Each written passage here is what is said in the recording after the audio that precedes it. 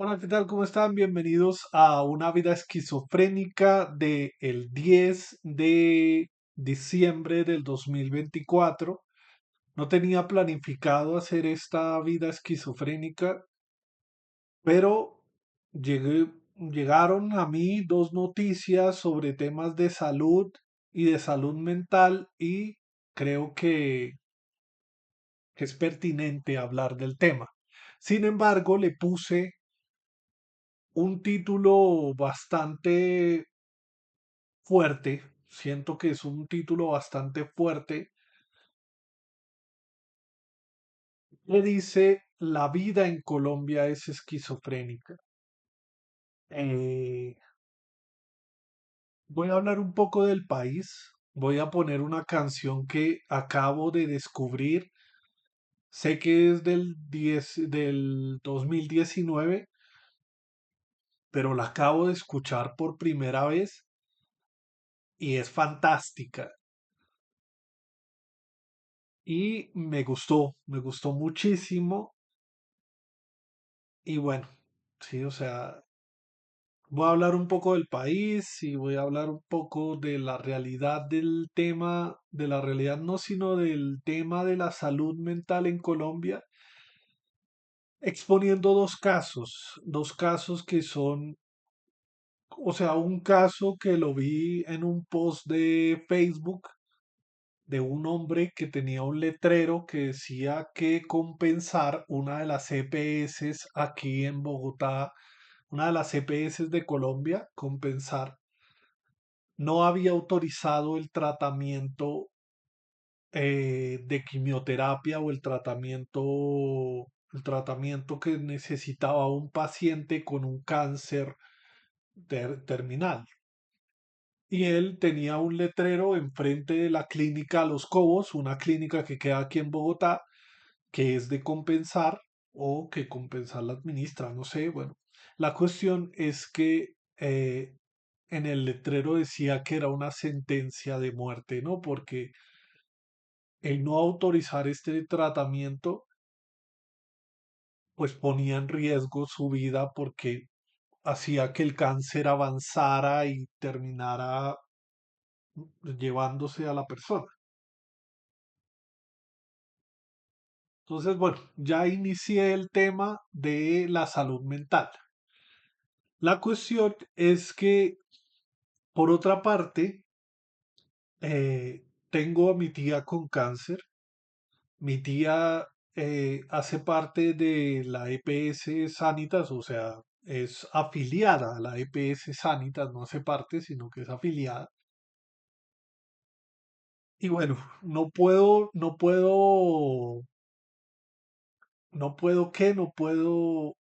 decir que no ha tenido todo un tratamiento y que no ha tenido todo un seguimiento riguroso con respecto a su cáncer.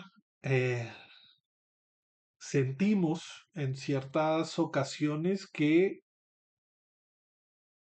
está próxima a morir porque se nota el deterioro que ha tenido con las últimas quimioterapias y el último medicamento que le han suministrado pues no ha dado resultados favorables, ¿no? Y la cuestión es que son las 3 de la tarde, lleva desde las 12 del mediodía más o menos en un Audifarma, que el Audifarma son el que dispensa los medicamentos de compensar en un Audifarma porque ese medicamento solo lo consigue en Audifarma y lleva toda la tarde ahí en una sala de espera prácticamente esperando a que le den el medicamento que tiene que iniciar esta noche. Hay varios temas, sí, o sea, hay varios temas alrededor de la salud. Primero, el tema de hasta cuándo eh, una persona debería estar en un tratamiento químico, en un tratamiento, sí, o sea, el último tratamiento de quimioterapia que me sorprendió mucho a mí de mi tía se llamaba capecitadina, creo, y la indicación del médico es que no tocara las pastillas con los dedos. Entonces yo le dije una vez a mi mamá, oye, ¿por qué no tocar las pastillas con los dedos? Entonces, porque es muy tóxico el medicamento y aún así la persona tiene que ingerir el medicamento, tiene que tomarse el medicamento. Ese medicamento le puso las manos moradas a mi tía, las uñas moradas, los pies, se le partía la piel, o sea, estuvo muy mal con ese medicamento. Y la cuestión es que el tratamiento actual del cáncer, sin conocer mucho alrededor del tema, la cuestión del tratamiento del cáncer en el estado que está el de mi tía es paliativo, ¿sí? O sea, finalmente mi tía se va a morir de cáncer, ¿sí? O sea, se va a morir por causa del cáncer que tiene en el cuerpo. Eh, pero la cuestión es el tiempo. Lleva 3 años en tratamiento. No niego que no se le, o sea, ahorita es que está teniendo dificultades con este último medicamento, pero todo su tratamiento, todas las quimioterapias se las hicieron y demás. Lastimosamente, el cuerpo de ella no resistió o no ha resistido, eh, o sea, el cáncer ha resistido los tratamientos que se le han aplicado a ella y aún así, pues es difícil la situación, ¿no? Porque claro, el médico de alguna manera ya le dijo que ya se utilizó todas las alternativas y aún así el cáncer persiste. Pero nosotros, como familia de ella, en algún momento le dijimos a ella que dejara de hacerse quimioterapias, pues porque veíamos que el deterioro cada vez era mayor. Eh, el peso es inferior a 50 kilos. Bueno, hay una serie de, sí, o sea, el deterioro de las manos, que prácticamente movía la mano así, se le estallaba la piel. Era tenaz ver esa, o sea, ver esa vaina no, sino, sí, o sea, ver el estado en el que estaba, al que estaba llegando con el tratamiento que se estaba haciendo. Y como una alternativa, claro, uno desde afuera dice prácticamente a la persona, deje de hacerse las quimioterapias, pues por el hecho de que viva los últimos días de su vida o las últimas semanas o los últimos meses. No sabemos si al suspender el medicamento del cáncer, qué pase con el cáncer. Se conocen casos de personas que dicen no me hago el tratamiento y viven varios años. Hay otros que no se hacen el tratamiento y no viven mucho. Pero la cuestión es que tuviera los últimos días que tuviera calidad de vida en los últimos días de su vida. Porque las pastillas que se está tomando, la quimioterapia oral que se está tomando, es supremamente invasiva y es supremamente fuerte y genera muchos efectos secundarios. Entonces, claro, uno como familia desde afuera le dice al familiar, deja de hacerte las quimioterapias, porque con el tratamiento lo que se está haciendo es deteriorando la poca salud que tiene la persona. Esa es la impresión que veo yo como familiar.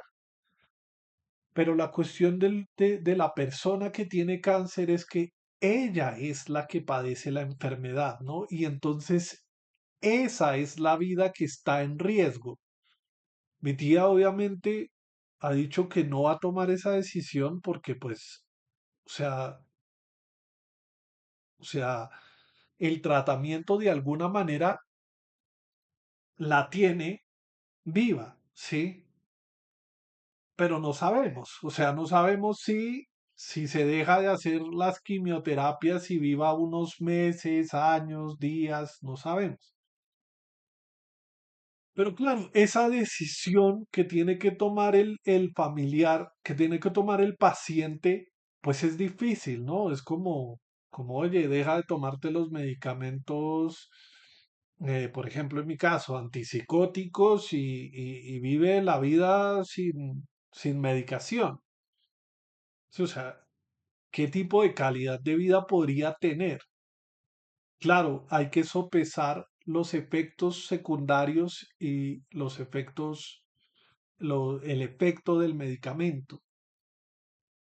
Por ejemplo, o sea, yo me subí muchísimo de peso por el medicamento inyectable, subí mucho de peso, eh, o sea, tengo varios efectos secundarios, pero mejora en otros aspectos, o sea, no tengo alucinaciones, no tengo delirios, llevo una vida más o menos ahí que, pues más o menos normal, pero sí, o sea, es como que me dijeran que no me tomara el medicamento de la tiroides, sí, de la tiroides, que es vital. Si yo dejo de tomarme el medicamento, me muero. Pues eso fue lo que me dijo el médico. Claro, yo no voy a tomar esa decisión. Pero si yo veo que un medicamento cada vez que lo ingiero me pone mal, estoy en la cama retorcida del dolor, me toca tomar morfina, me toca tomar otras cosas, y cuando suspendo el medicamento puedo salir a la calle, puedo hacer las cosas que normalmente hago, tengo más fuerza en el cuerpo, porque eso es lo que pasa con mi tía. O sea, en este momento mi tía no tiene el medicamento desde hace 3 días, suspendió la quimioterapia, o sea, se le acabó el medicamento hace 3 días o hace 4. Y estos días ha estado saliendo, ha estado caminando por aquí, caminando para allá. Y el resto de veces, o sea, ahorita cuando se tome la primera pastilla del nuevo medicamento, va a volver a estar en cama, va a volver a estar débil, ¿sí? Porque son los efectos secundarios del medicamento. Y según el último examen que le hicieron del antígeno, no, eh, o sea, la cuestión es que no hay, o sea, ha subido el antígeno. El valor normal, el valor del antígeno que debería estar en términos normales es 4 y ella lo tiene en 917. Sí, o sea, lo tiene en un número muy alto. Y desde que empezó a tomar las quimioterapias orales, el número aumentó muchísimo.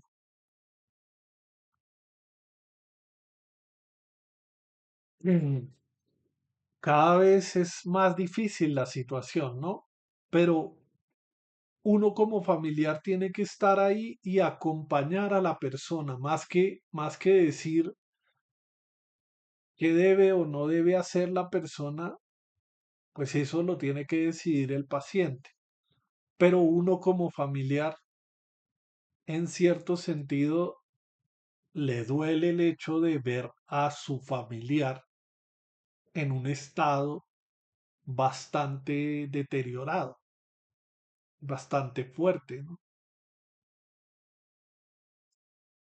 Entonces, el caso de mi tía, sí, o sea, por ejemplo, algo que yo digo, carajo, mi tía o sea, mi tía tiene que estar cerca a un baño porque pues tiene problemas o sea, el cáncer que ella tuvo fue de colon y le hicieron una operación y de alguna manera la cuestión de los esfínteres no funciona de la mejor manera y pues cada susto, cada gasecito que quiera tirarse, tiene que cerciorarse de que sea un gas y no que sea... Y es muy traumático para ella, por ejemplo, el tener que usar pañal, ¿sí? Claro,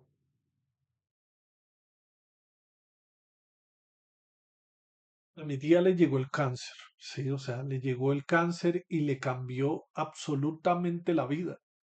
Tanto así que se tuvo que pensionar obligatoriamente por incapacidad. Dejó el trabajo y pasa la mayor parte del tiempo ella solita, ¿sí? Claro, yo la acompaño los días que puedo y el tiempo que puedo. Yo he ido a lo largo del tratamiento que ella ha tenido, he ido a su casa todos los días o la mayoría de días, pero si no, o sea, porque pues mi trabajo es un trabajo independiente. Yo trabajo mis redes sociales. La cuestión es que yo puedo decidir no trabajar ese día o trabajar en la casa de mi tía fácilmente, pero el resto de la familia tiene que hacer sus funciones completamente normales. Tanto así que la hija y el hijo de mi tía pues tienen que trabajar para sustentar sus familias o sustentar a la familia y no están con ella la mayoría del tiempo. No niego que no ha tenido las citas en su tiempo adecuado, las citas de controles y las citas de cuidados paliativos y de nutrición y demás,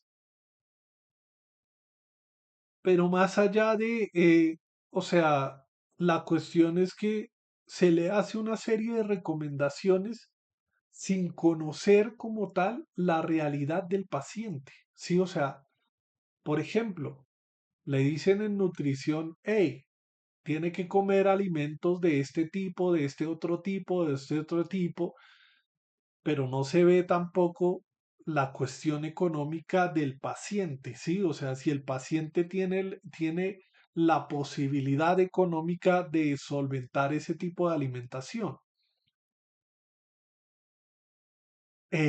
Otra cosa es, por ejemplo, que se le hacen los cuidados paliativos. Los paliativos es cuando ya la enfermedad es completamente crónica, cuando la enfermedad es completamente terminal y pues la persona ya, o sea, lo que se hace, pienso yo, es hacerle un acompañamiento a la persona en este proceso terminal, ¿no? En el proceso en el que ya próximamente su vida pues acabará. La cuestión es que no sé qué se ha trabajado con mi tía en esas quimioterapias, en esas terapias de cuidados paliativos.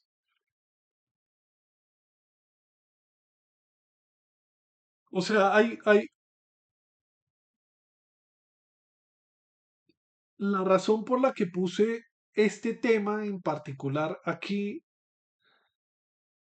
es, por ejemplo, ver el deterioro del paciente, o sea, es la situación de la expedición y de la forma en que la persona en estado grave o en estado crítico, en estado terminal, tiene que seguir haciendo una serie de funciones. eh, o sea, la cuestión es alrededor de los medicamentos. Mi tía tiene que estar al lado de un baño cerca, por la cuestión de las operaciones que le hicieron y del problema que tiene actualmente. Ahorita, como suspendió los medicamentos, como que los síntomas negativos, los síntomas secundarios de la enfermedad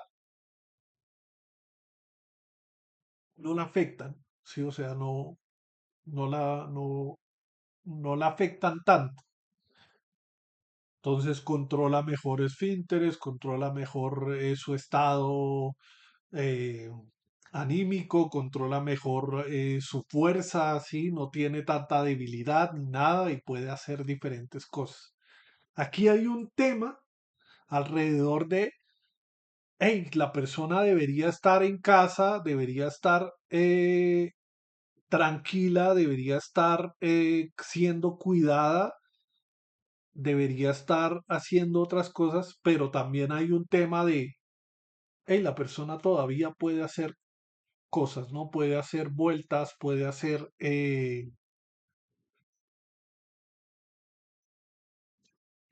yo, bien, puede hacer diferentes actividades, ¿sí? Y- pero no sé hasta qué punto, ¿sí? Porque es que, por ejemplo, la última semana que fuimos a verla, eh, la cuestión era que incluso se hicieron unas reuniones para decir, oiga, está grave el asunto, está difícil la situación, hay que estar con mi tía. Por ejemplo, ella manifestó, ella expresó que le daban mini desmayos cuando estaba haciendo sus vueltas y nosotros dijimos, uy, hay que estar más pendiente con ella, hay que estar acompañándola a ella, no vaya y sea que muera estando por ahí en la calle o que le haya pasado, que le pase algo específicamente en la calle. Y pues sentía mucho decaimiento y sentía muchas ganas de no comer, de no alimentarse, de bueno. Y según un libro que mi mamá me prestó para leer, pues esos son los síntomas, esos son las características eh, que presentan las personas terminales, ¿sí? O sea, en los últimos momentos de la vida. Pero, como dijo, suspendió el medicamento y todo empezó como a funcionar de una mejor manera. Eh, o sea, el tema es duro, pero con respecto a la otra noticia de la persona que tiene un letrero y se para enfrente de la clínica Los Cobos con un letrero de la EPS compensar me da una sentencia de muerte porque no le autorizan el medicamento, porque ya en la Superintendencia de Salud, porque ya en otras instituciones le aprobaron el medicamento, pero la EPS finalmente le niega el medicamento, pues hay alrededor de eso un tema de, sí, un tema de, oiga, sí, sí, sí, un tema difícil con las EPS, ¿no? Eh, y la cuestión es que esas personas ponen en riesgo, o sea, claro, esta persona todavía se puede levantar, todavía se le ve que está en los primeros, o sea, pues se ve que no está tan deteriorada físicamente para hacer ese tipo de cosas. O sea, sí, o sea, se le ve carnecita en la cara y se ve que la noticia del cáncer es reciente, pero También otro de los temas que quiero tocar es, por ejemplo, la detección del cáncer en estadios tardíos, ¿sí? En estadio 4, ya cuando el cáncer está supremamente avanzado. Eso fue lo que le pasó a mi tía, ¿sí? O sea, mi tía tenía un problema de estreñimiento, tenía un problema de que no podía hacer popó porque tenía un tumor en el colon. Y la, e- el Hospital San Ignacio, que fue donde la atendieron la primera vez, dijeron que era una obstrucción intestinal y la mandaron para la casa. Mi tía, confiada de que era una obstrucción intestinal, siguió trabajando y todo y se fue deteriorando más, se fue deteriorando más, el cáncer empezó a avanzar más. Le trataron de hacer un examen, eh, una colonoscopia, y el tubo no entró por la obstrucción que tenía ahí y siguieron diciendo que era una obstrucción intestinal. Y bueno, al final ya cuando ya era grave, ya cuando era necesario operar porque el problema era completamente grave, ahí se les ocurre decir, oiga, quizás esta persona tiene cáncer, ¿sí? Y entonces el tema aquí es la detección.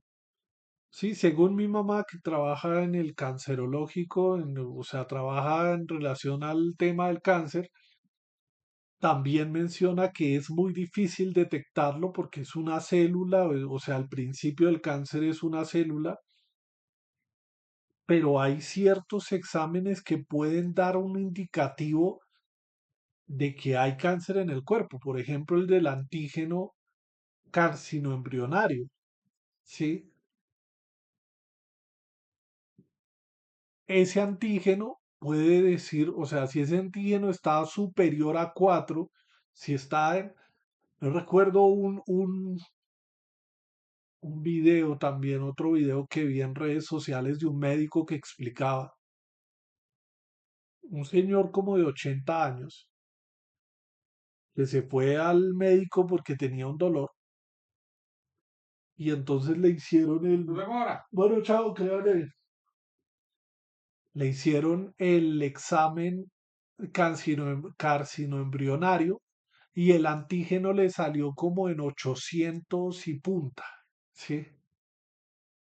Pero el man se sentía bien, ¿sí? O sea, el man se sentía bien, estaba completamente tranquilo, solo que tenía una molestia, un dolor suavecito.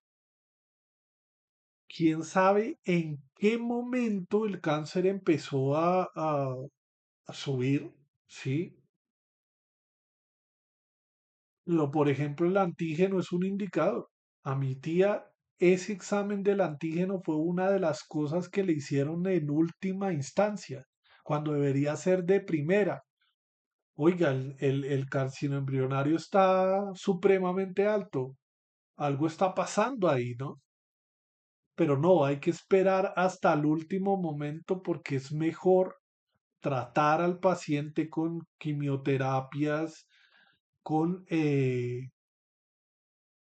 con radioterapias, con medicamentos que son de un costo exorbitante, ¿sí?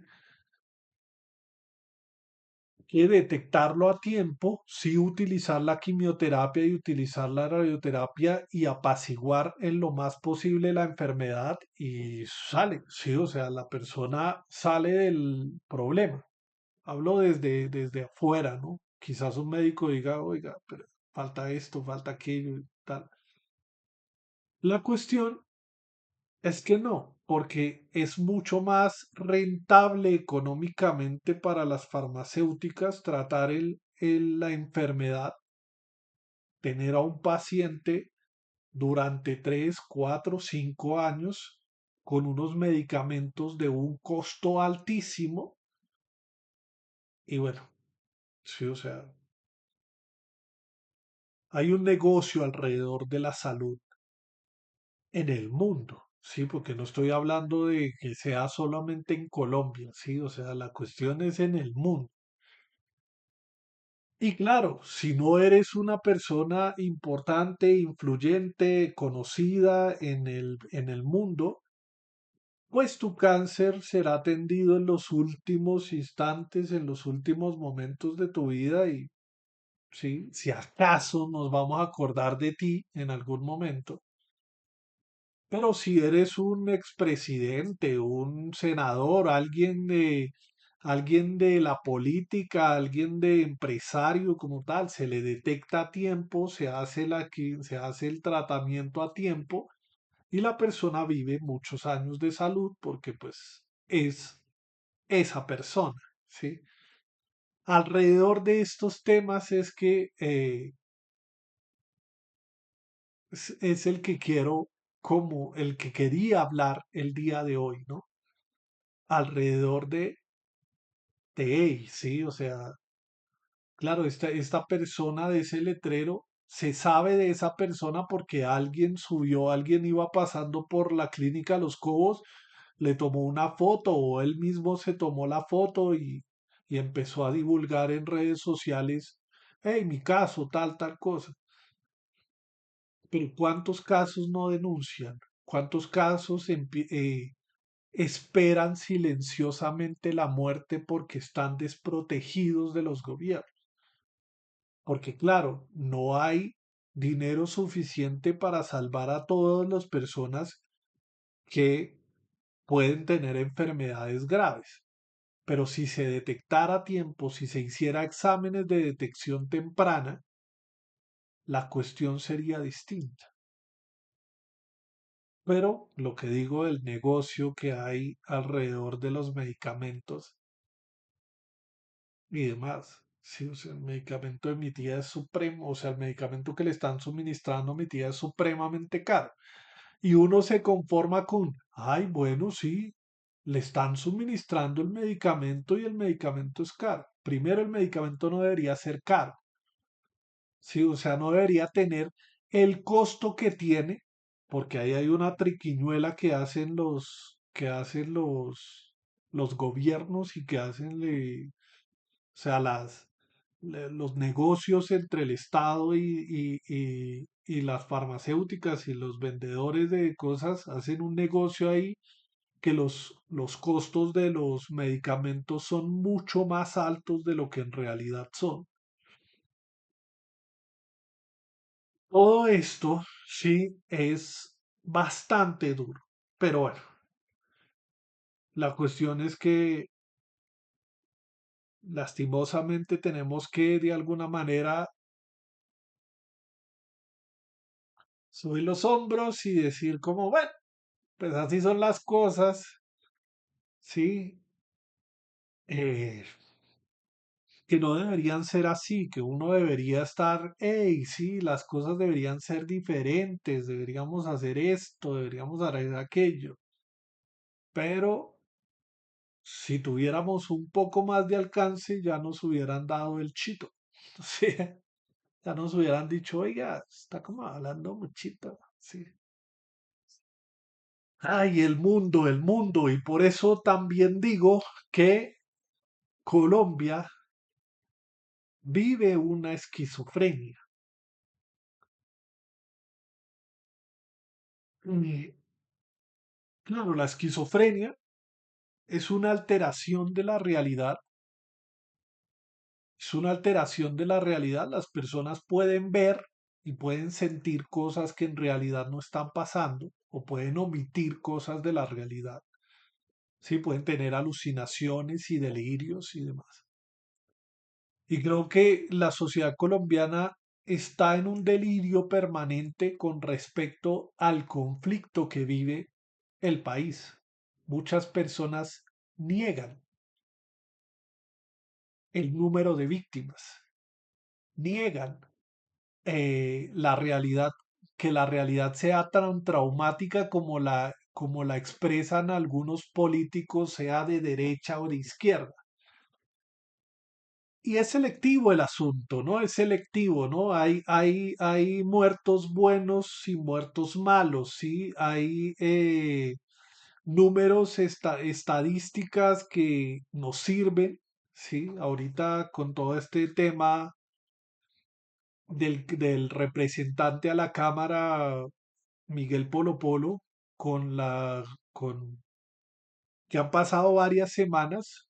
La noticia nueva que ha pasado con respecto a eso es que él dice que no se va a pedir, no va a pedir disculpas y va a buscar que un juez le avale el no pedir disculpas y bueno, está ahí con los abogados porque él no va a pedir disculpas por lo que le hizo a las madres de los falsos positivos y a esta obra artística de las botas que las cogió en bolsas de basura y las dijo que debían ir a la basura. La cuestión de por qué lo pongo a él como ejemplo es porque para él, sí, hay cifras que sí son verdaderas y otras cifras que no. Sí niega en algún sentido unas cifras. Los falsos positivos son falsos. Es una mentira, dice él. Pero la reclutación de niños, la muerte de las FARC, la muerte de las FARC específicamente, ¿no? Eso sí, no lo niega.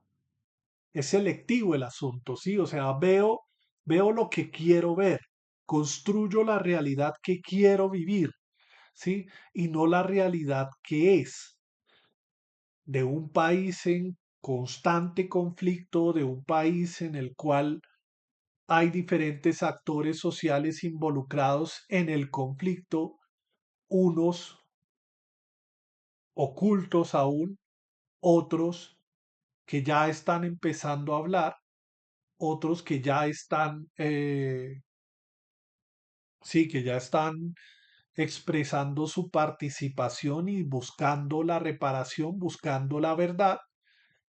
Y hoy, por ejemplo, llegué a un descubrimiento fantástico, un descubrimiento muy bonito, a una canción que quiero que la escuchen.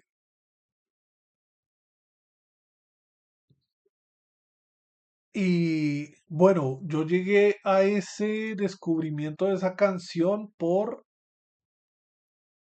yo sigo,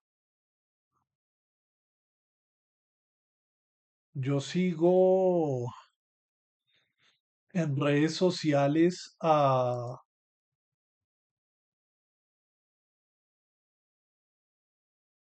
yo sigo en redes sociales a una periodista, no sé si es periodista o bueno, creo que es antropóloga, si no estoy mal, que se llama Simona Sánchez y hoy subió unos estados a Instagram de el pasado, que estaba escarbando como las cosas que había hecho en el pasado. Y en el 2019 ella participó en algo, en el 2019 ella participó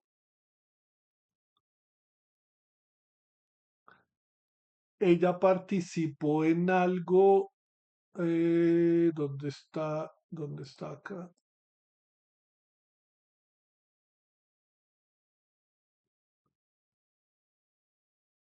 De la Comisión de la Verdad. Y entonces estaba mostrando como la presentación de una documental o ¿dónde está Simona Sánchez? Esto me pareció maravilloso, ¿no? Pero, ¿será que traigo los audífonos? Pero bueno, vamos a ir directamente al estado. Sí, las cosas del pasado de los trabajos que ella ha realizado.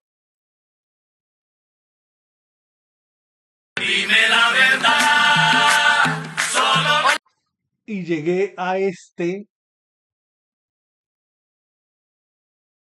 Llegué a el 25 de julio del 2019. La verdad, la violencia, y bueno, entonces estaba mirando este estado y la música de fondo me pareció bastante pegajosa, me pareció bastante un ritmo bailable, sí, o sea, en cierto sentido, un ritmo que llegó como al sistema nervioso y lo puso a moverse. Y entonces, Hola, yo soy Simona Sánchez y los invito a que me acompañen a entender cómo se está buscando la verdad del conflicto armado en nuestro país. Y en el reconocimiento de esa verdad es donde vamos a poder construir un país diferente.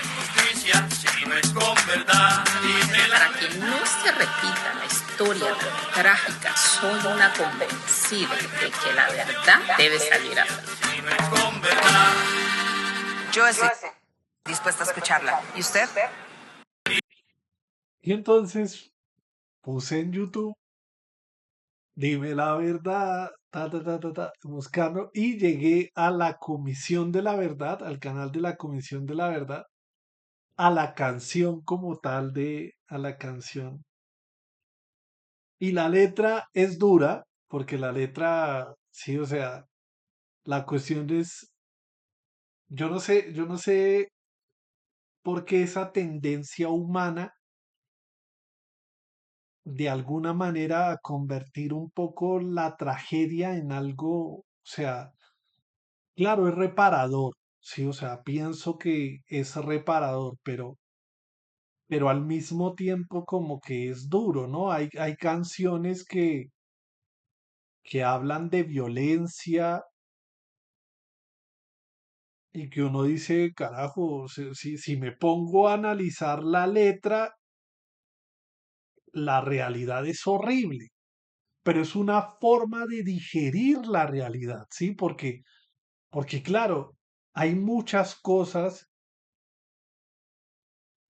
que de otra manera sería completamente traumático eh, digerirlo. Quiero que le presten atención a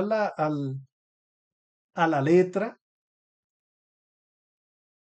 Sí, quiero que le presten atención a la letra.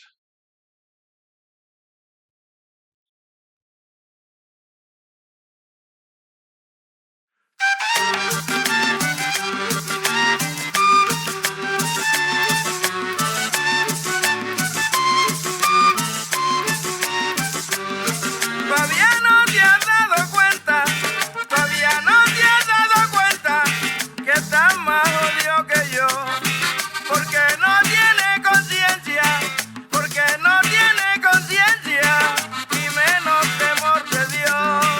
Te trajeron a mi tierra porque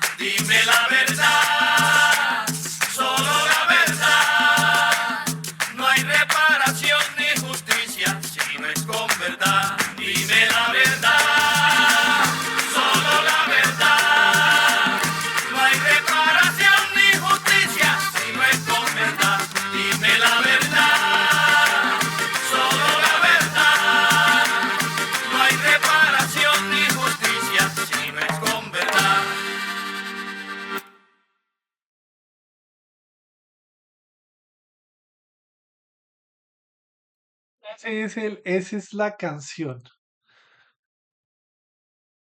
Claro, es duro, o sea,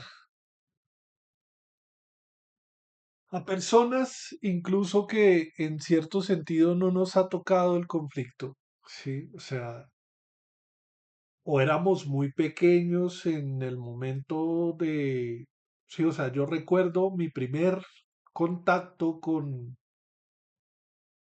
la guerrilla fue una noticia que sucedió en el municipio de Pamplona. Yo vivía en el municipio de Pamplona, en norte de Santander. Y una vez suspendieron las clases porque, según las noticias, la guerrilla se iba a tomar el municipio de Pamplona. Entonces pedían que nadie pasara por enfrente del batallón, eh, porque pues era peligroso, porque pues el batallón pues estaban los militares, ¿no? Y la cuestión es que mi casa quedaba pasando, el batallón quedaba en Molinos del Zulia y pues yo tenía que pasar por ahí. Yo siendo un niño, tipo 8 años, no sé, bueno, no recuerdo exactamente cuántos años tenía, pues veía la cara de preocupación de algunas niñas y para hacerme el valiente les decía que mi casa quedaba pasando el batallón y que no había ningún problema, ¿no? Me sentía muy valiente, pero no conocía, no sabía de la realidad que estaba viviendo el país en los años 90. Sí, o sea, ese fue el único contacto que yo supe, que yo escuché en niñez sobre la guerrilla. No sabía si eran helenos, no sabía si eran FARC, no sabía si eran X. Y la cuestión es que, claro, sí, o sea, yo pasé, llegué a la casa, mi papá y mi mamá abrieron la puerta preocupados y mi papá dijo, este chino se vino solo, este chino, ¿qué le pasa? Que yo no sé qué. Pero yo no sabía específicamente por qué la preocupación, sí, o sea, lo que un niño no ve, ¿no?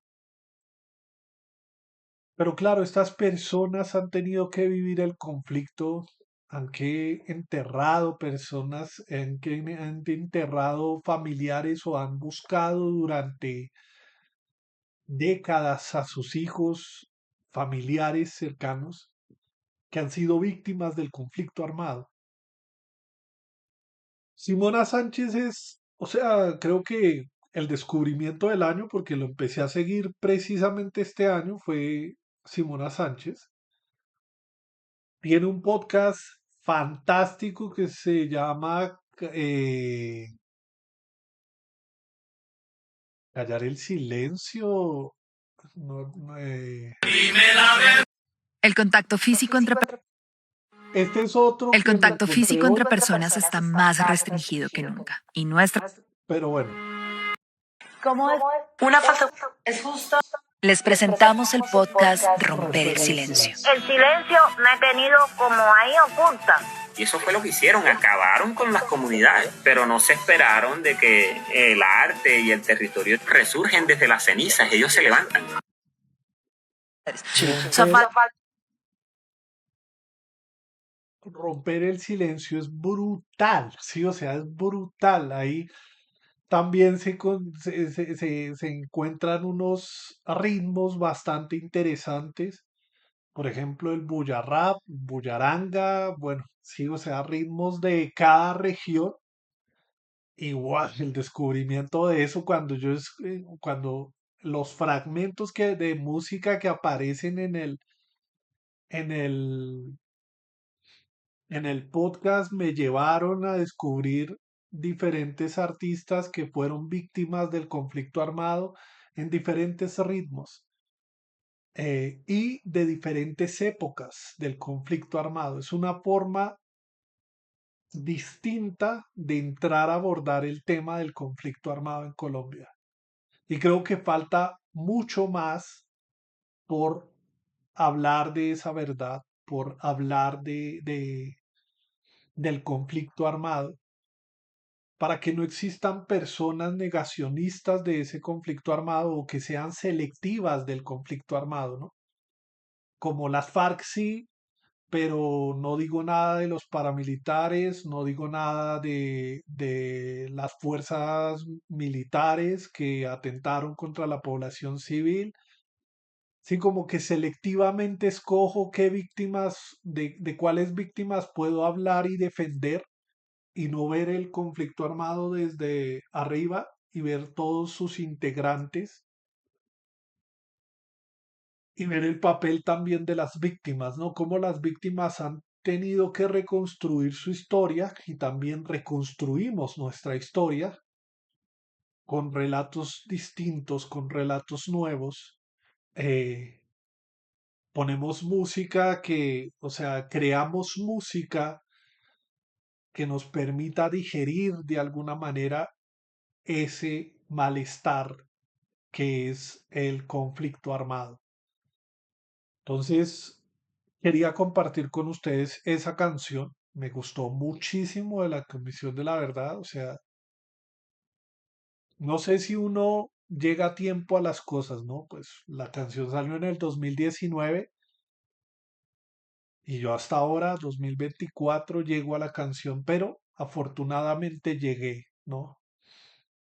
Llegué a la canción, conocí, de alguna manera conocí el trabajo de Simona Sánchez, sí, o sea, lo que ha hecho Simona Sánchez alrededor de la música y alrededor de, sí, por seguirla en una red social. Y bueno, sí, o sea, habrá otras cosas que descubrir, incluso cuando llegué a la canción de Solo la Verdad, eh, volví a consultar el informe final de la Comisión de la Verdad. En este espacio, en estos espacios de Stream y Café, hemos hablado del tema de la Comisión de la Verdad. Pues hemos leído lo que es el informe, o sea, el informe interactivo del relato histórico del conflicto armado. Y pues sí, porque es que a veces uno se olvida del hecho de que hay que seguir trabajando en pro de la paz y en pro de la reconciliación y en pro de esas temáticas, ¿no? En pro de la paz. Porque uno piensa que el conflicto pasó hace tiempo y ya deberíamos olvidarlo. Y no, sí, todas esas memorias hay que resaltarlas. Y ya me iba a ir y me acordé de otra cosa. Resulta que yo me tomo una foto todos los meses en el Museo de la Memoria en Bogotá. Sí, en el Museo de la Memoria en Bogotá. Tengo este perfil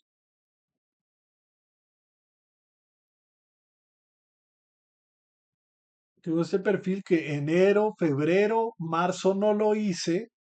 Marzo ahí me quedó faltando marzo, abril, mayo, junio, julio, agosto, septiembre, octubre, noviembre. Y el Museo de la Memoria tiene tres poderosos letreros. Sí, tiene tres poderosos letreros. Yo renegaba y criticaba el tercer letrero porque me parecía que sonaba horrible. Uno de los letreros y el letrero en el que me tomo la foto de mensual, ya ahorita en diciembre tengo que tomarme, ahorita el 26 de diciembre me tomo la foto de diciembre, es la memoria es sagrada. Ese es uno de los letreros. Este letrero que dice aquí, eh, dice se está construyendo, aquí se está construyendo una ventana al territorio, si no estoy mal.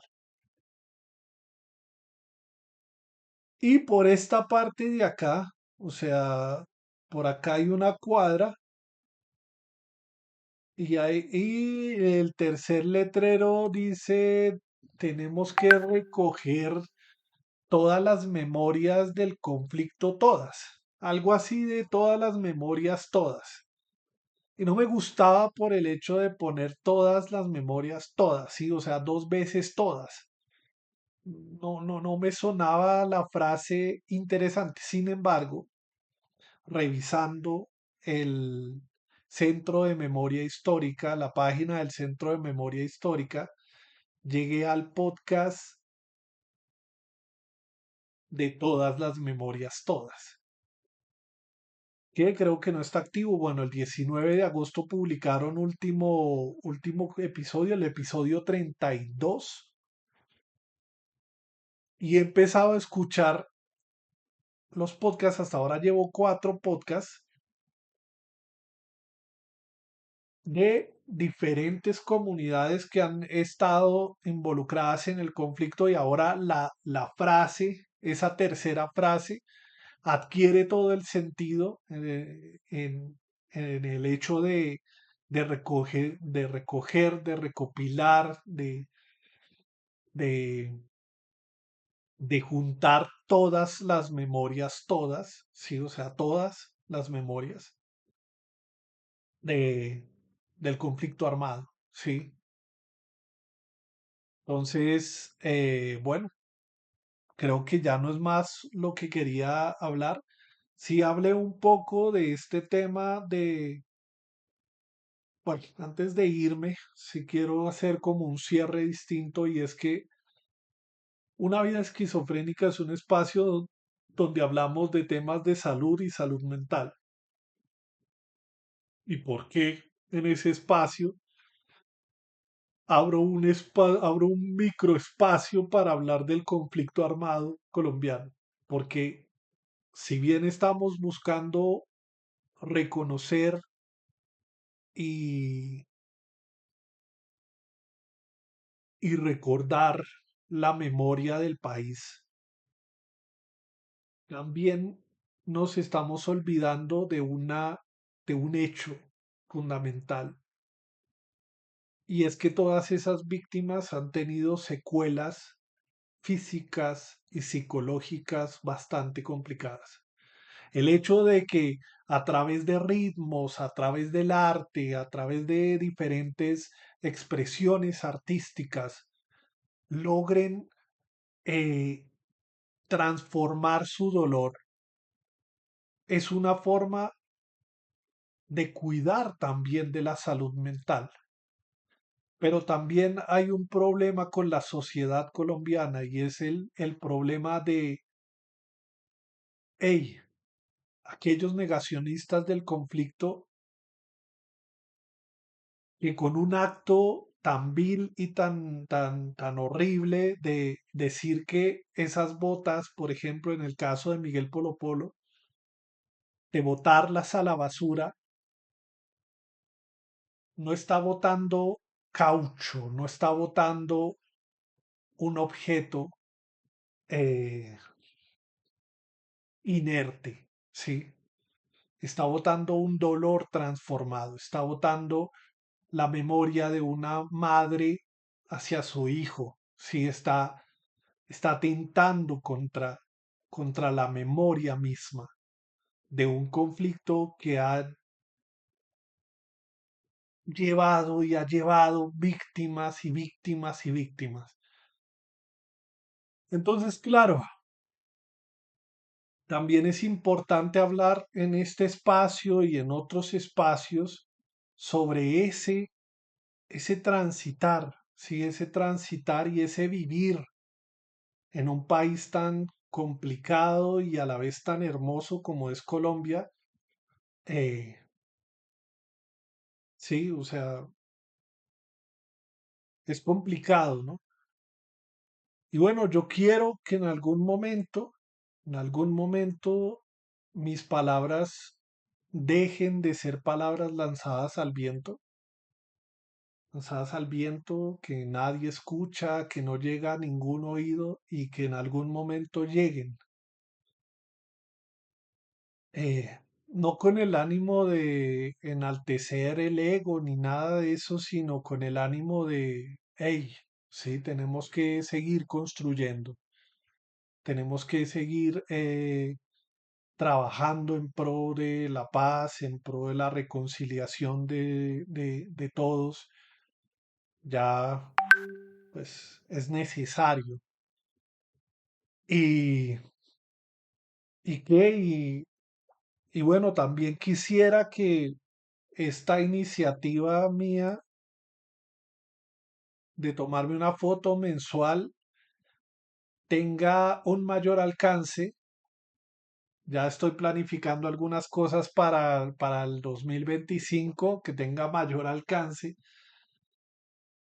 y pues hacer que en realidad la sociedad colombiana termine el museo y esas botas, esas memorias de todas las personas, esos relatos, esas historias que tienen las personas alrededor del conflicto armados tengan un lugar digno de ser recordadas, de ser, de mostrarse a la sociedad tan indolente como es Colombia.